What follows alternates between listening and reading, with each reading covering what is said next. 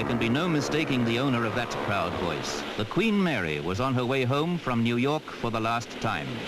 It was a voyage that all those fortunate enough to make will never forget. Days and nights of farewell parties that left her passengers to catch up on lost sleep below decks. Now the party was over.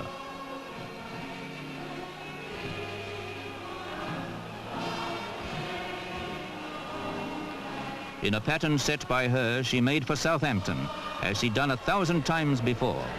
But there were still those who couldn't resist the temptation of lunch from one of the world's best seagoing kitchens. On the Queen Mary, it's quite a temptation.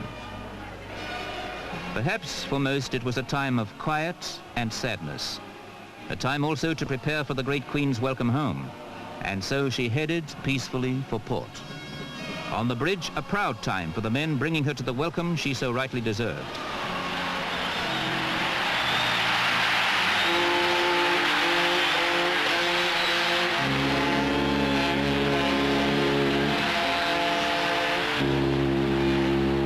Tugs fussed around the grand old ship as they had so many times before.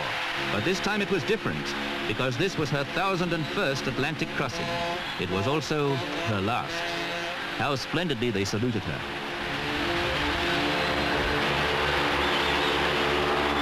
Gently, she came alongside the quay, which throughout her career has been her British home.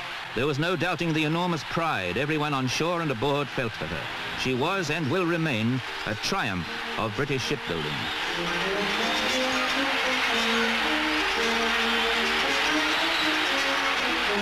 And so the crowds cheered, the streamers flew, and the sirens blasted. One more cruise was ahead of her, and then a well-earned retirement. The Atlantic reign of a queen had come to an end.